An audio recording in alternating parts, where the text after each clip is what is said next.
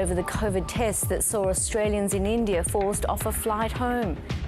What this process has done is it has prevented cases coming to Australia.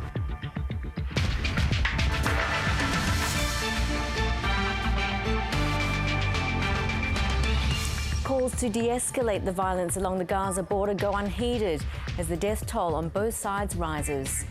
Consumers urged to buy solar batteries after sending too much energy back into the grid. And next year's sporting calendar in doubt, with bubble logistics yet to be finalised. Good evening, Yvonne Yong with ABC News. More Australians bumped off last week's repatriation flight from India have come forward to query the COVID tests, which forced them off the plane. 11 Australian citizens and permanent residents who tested positive before the flight have now returned negative results. The federal government's also facing fresh pressure over reopening the nation's borders. Here's Foreign Affairs reporter Stephen Jedgetts. Hello, Ritam. Closed borders, split families. It's literally more than a year. We are stuck in India and we are far away from our dear ones. Neha was one of 46 Australians bumped off last week's India repatriation flight after testing positive for COVID. She didn't believe it and got her own test, which gave the opposite result. I retested on 15th of May and my RT-PCR results are negative. I don't have any symptoms also. So I feel really very helpless. She's not the only one. 11 people who tested positive have since received negative results. The government's investigating, but is not yet conceding there's been a bungle. We're always reviewing the process, but what this process has done is it has prevented cases coming to Australia. Scott Morrison needs to take responsibility for something. Travel easier for some jetting in today. Australian cricketers who escaped India for the Maldives, straight into hotel quarantine. This system isn't changing anytime soon. Last week's budget assumes the international border will remain closed for at least another year. The key thing is the overall border arrangements, they remain in place until it's safe to do anything different. But some coalition backbenchers and businesses are increasingly impatient and want the government to set some firm markers. Today, the New South Wales Premier gave her own hard figure, saying she'd back a reopening when 5 million residents in her state had been vaccinated. I'd like to see that happen sooner than the middle of next year, and that depends on how many doses we get and how quickly we can vaccinate our population. But I do think we should be ambitious. Australian voters have consistently rewarded leaders who are tough on borders during this pandemic, and Scott Morrison seems confident he's on firm political ground. But that dynamic might change if more Australians with family members stuck overseas start to lose patience. One thing the India repatriation effort does demonstrate is that bringing them home will be long and difficult work. Stephen Jedgetts, ABC News, Canberra. Well, South Asia correspondent James Oaten was among those barred from the repatriation flight after testing positive to coronavirus. He says the tests were riddled with errors and the passengers left behind are hoping to get another chance to come home. Well, many who were bumped off the flight last week are bewildered at just what has happened.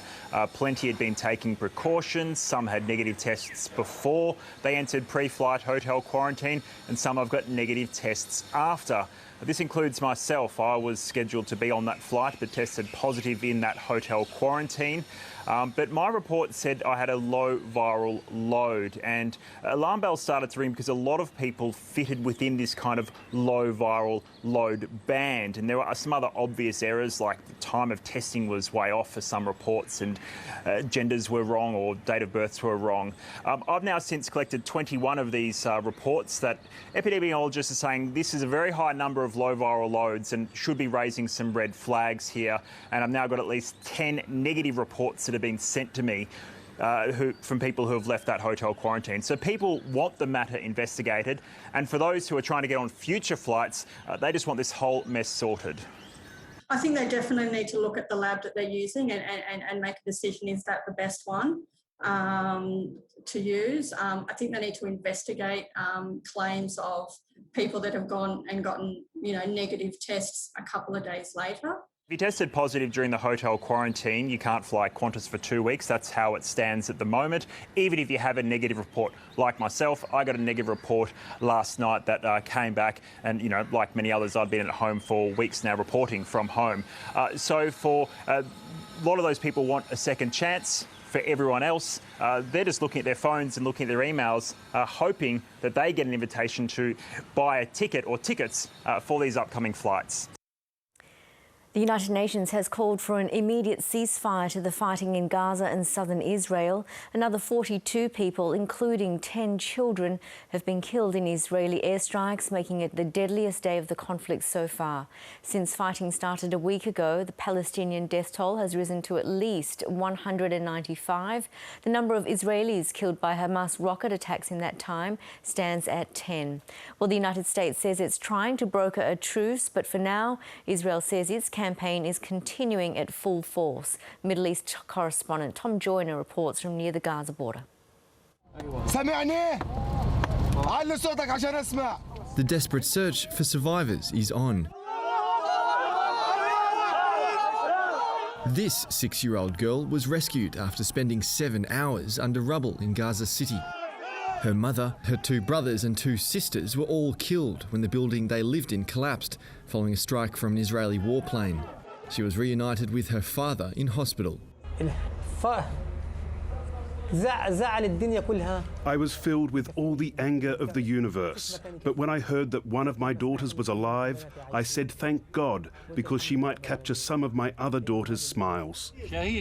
Israel says it didn't target these homes directly, but that it attacked a militant tunnel network, and that caused the buildings nearby to collapse.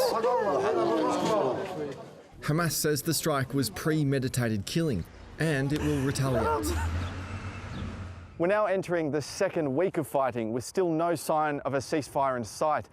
Israel says more than 3,000 rockets have been launched from the Gaza Strip since Monday. Many of those have been intercepted by Israel's Iron Dome defence system, but still a large number have reached Israeli soil. This past week, millions of Israelis were forced into bomb shelters as missiles rained down on our cities. Several Israelis have been killed, many more have been wounded. You know, and I know, no country would tolerate this. Israel will not tolerate this. There was no discussion of a ceasefire when Israeli Prime Minister Benjamin Netanyahu met with his war cabinet, but international pressure is mounting. The United Nations Security Council met via video link. Its members couldn't agree on a statement, but they condemned the violence. The current hostilities are utterly appalling. This latest round of violence only perpetuates the cycles of death, destruction and despair. Fighting must stop. It must stop immediately. How many Palestinian civilians killed is enough for a condemnation. We know a single Israeli is, but how many Palestinians? The United States says it's ready to offer support should the warring parties seek a ceasefire. There's no sign they want to just yet. Well, a short time ago, Tom Joyner followed this update from the Gaza border.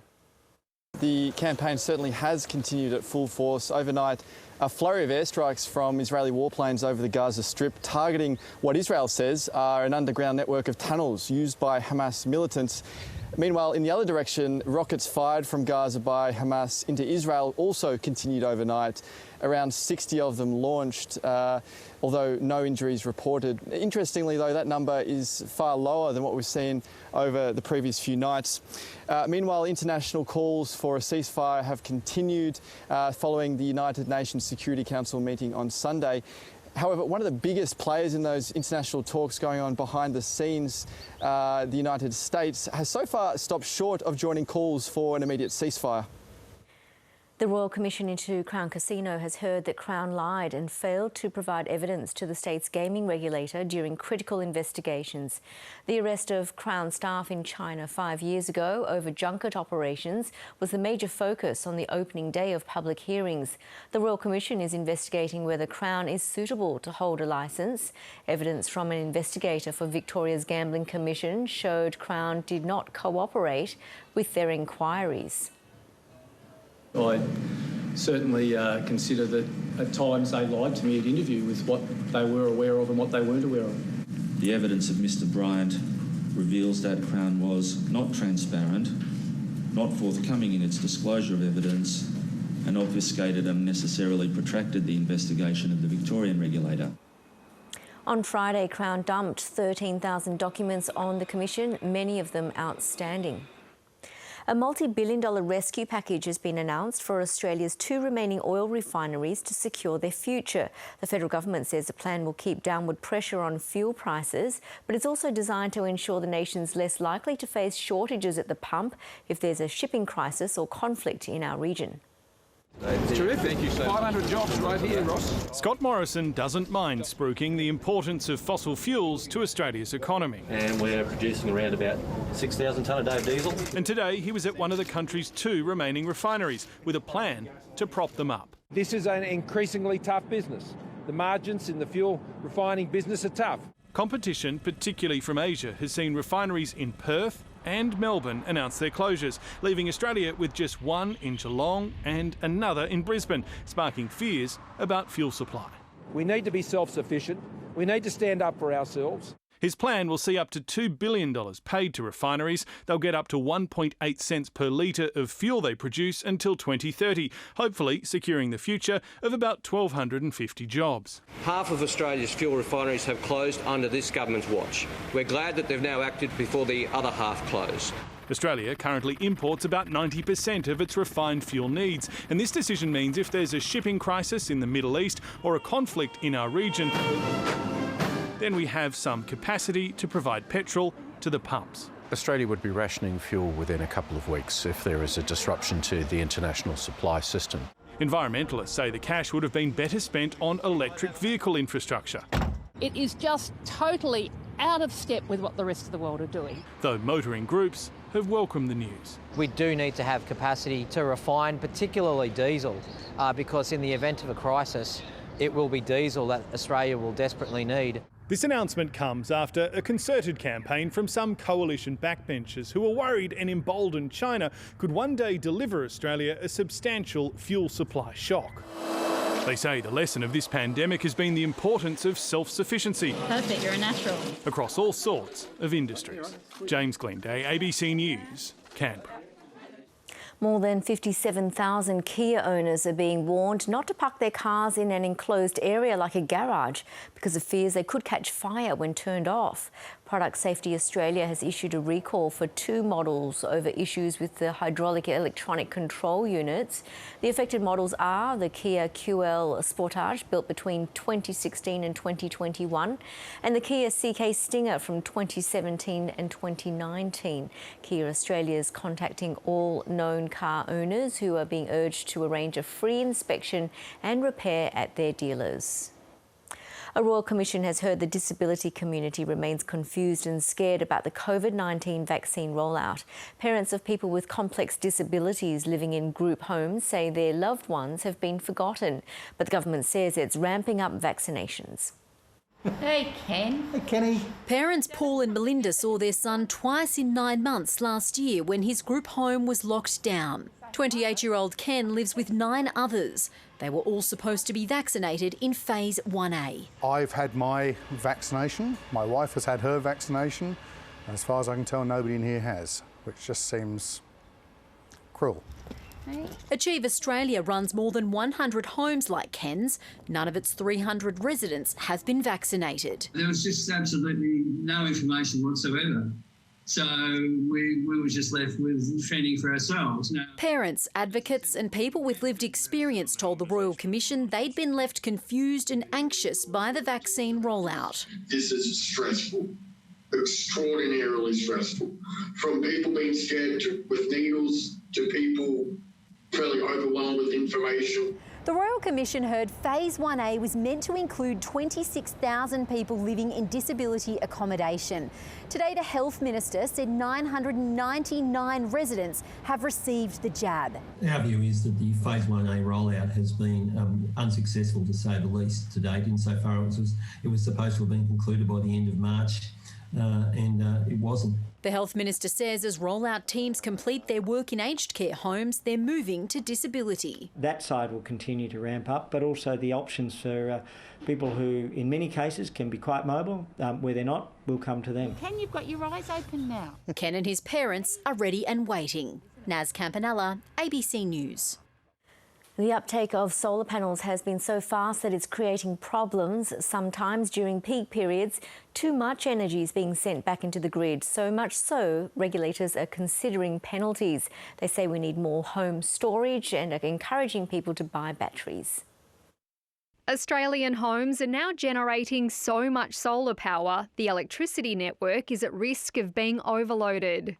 All of that power coming in at the same time in the middle of the day is causing problems, and we like to refer to it as traffic jams or congestions. Under these rooftops in Darwin, there's a solution. Okay, battery candid, battery port. Batteries are now subsidised by the NT government after it slashed the financial incentive or feed-in tariff that homes get for sending solar power to the grid. At the end of the day, that's why I've got the battery now. And hopefully that'll prove to be just as good as having that feed-in tariff. If you're able to store your energy, then you can use it at night time yourself.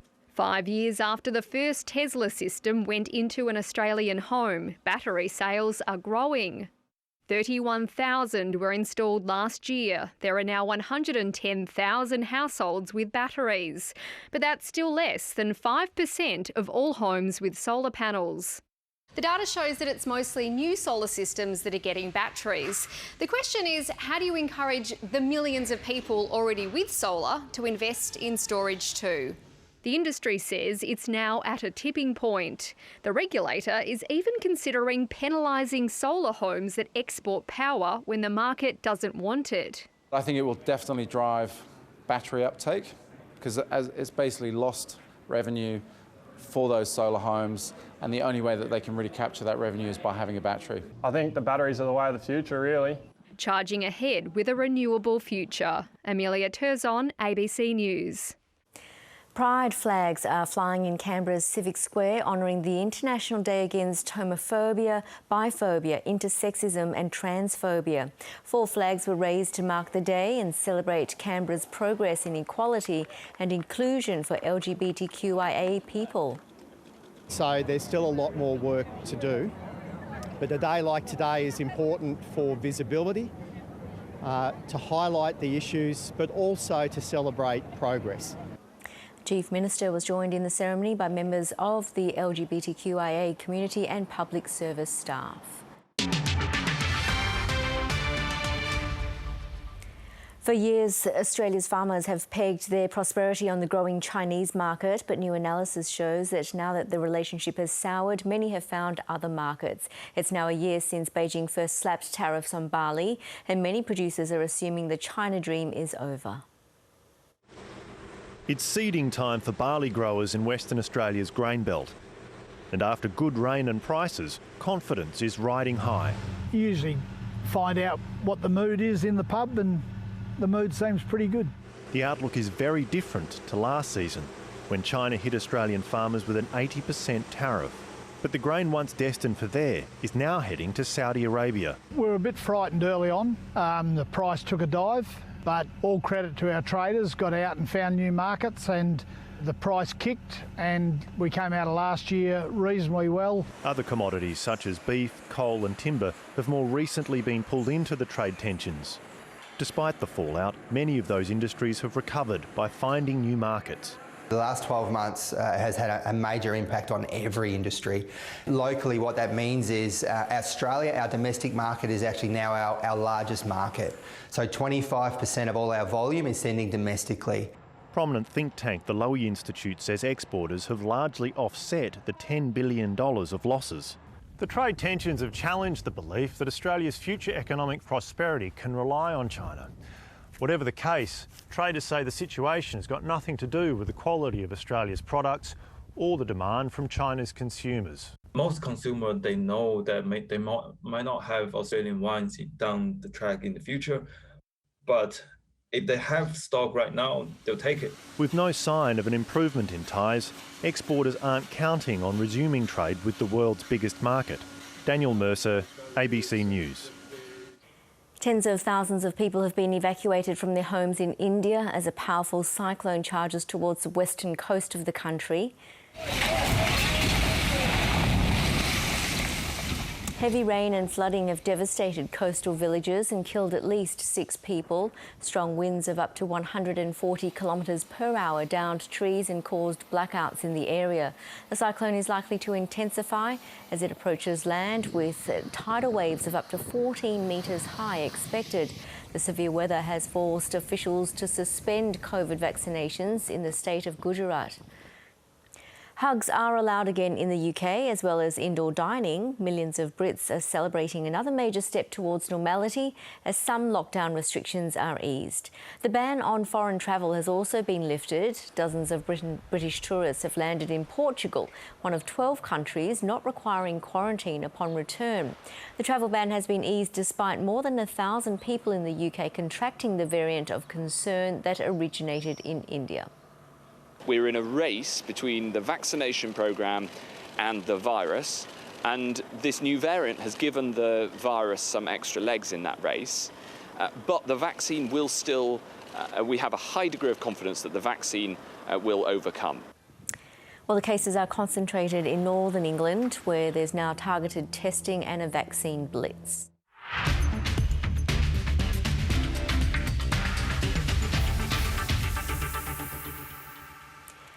Some of Australia's biggest sporting events have been thrown into doubt for next year, with bubble logistics yet to be finalised between governing bodies and health officials. The head of Tennis Australia insists plans for next year's Australian Open remain unchanged, despite the likelihood of international borders remaining closed. The Australian summer, where sport reigns supreme. Osaka has done it again! Long heralded as an integral part of building national identity.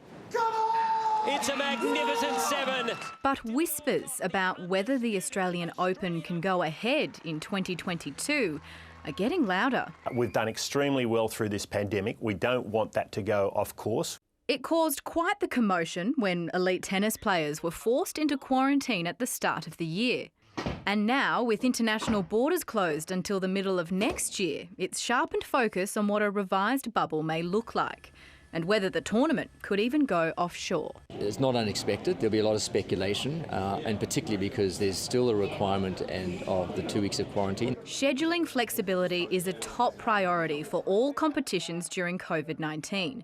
Tennis Australia will be watching negotiations ahead of the Australian Grand Prix very closely.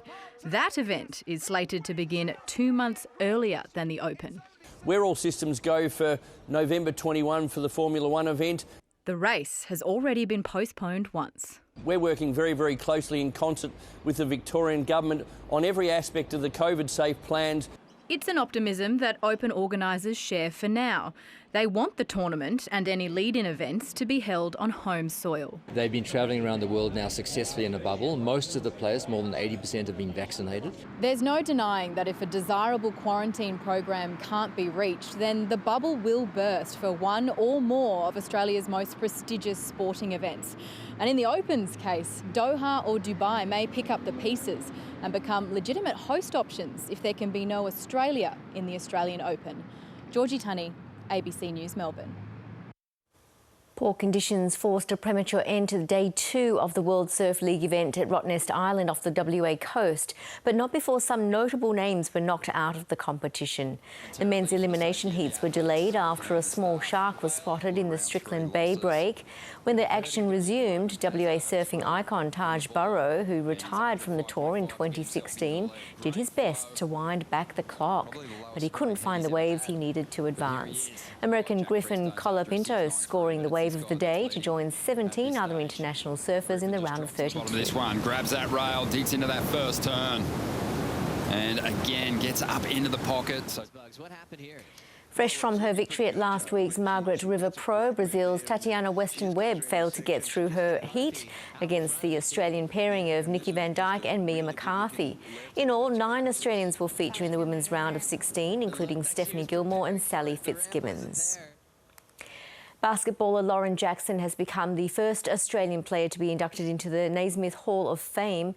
Australian coaching legend Lindsay Gaze is the only other Australian to earn one of the sport's greatest global honours, and Jackson joins the likes of Michael Jordan, Magic Johnson and Kobe Bryant. From humble beginnings in Albury, in the stadium that now bears her name, Lauren Jackson launched a basketball career that's now taken her to the game's highest honour. It's just a dream come true. I think for any athlete that plays the sport, they know about the Naismith Hall of Fame and what it means. As a 16-year-old, Jackson won a WNBL title with the Australian Institute of Sport, the first of 5 domestic championships. She was selected with the first pick in the 2001 WNBA draft and went on to win 2 championships with Seattle and was 3 times named the most valuable player in the world's best league. She was the regular season MVP. She is the finals MVP. Congratulations to Lauren Jackson. She's the greatest player Australia's ever produced about a woman, hands down. But I'd say amongst Australian sporting greats, she's up there with the absolute best. Jackson was a member of the national team which finally broke through on the world stage, winning the 2006 world title. In 4 Olympic campaigns, she won 3 silver and 1 bronze medal. But she could never quite beat her archenemy, the United States, for an elusive gold. For her not to have done that, I'm sure she is the only thing that she's probably disappointed with in her career. But boy, she made up for it in every other area.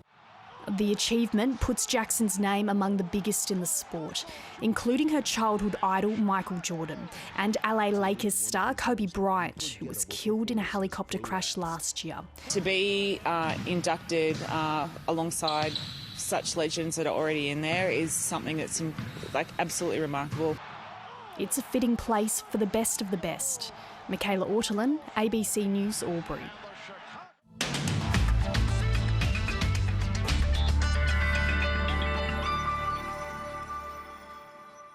For most of the country, we're looking at a clear, dry and sunny day, but widespread frost once again through parts of Queensland, New South Wales, into areas of Victoria and Tasmania, eastern South Australia and southern parts of the Northern Territory. But it will be dry and mostly sunny once that frost clears off. The variations to that are the southwest of Western Australia. This is due to a trough. Now, this is going to trigger some showers and thunderstorms. A fairly patchy activity, though. We've also got showers along parts of the Queensland coast. They're more likely about the exposed coastal areas, particularly in the southeast corner and also the northeastern tropics. Brisbane itself should stay clear, but we could see some of those showers kicking in by Wednesday. And dry, but a cold start through the southeast. That's the latest from ABC News. 7:30's up next, followed by The World with Bev O'Connor. I'm Yvonne Yong. Have a great evening.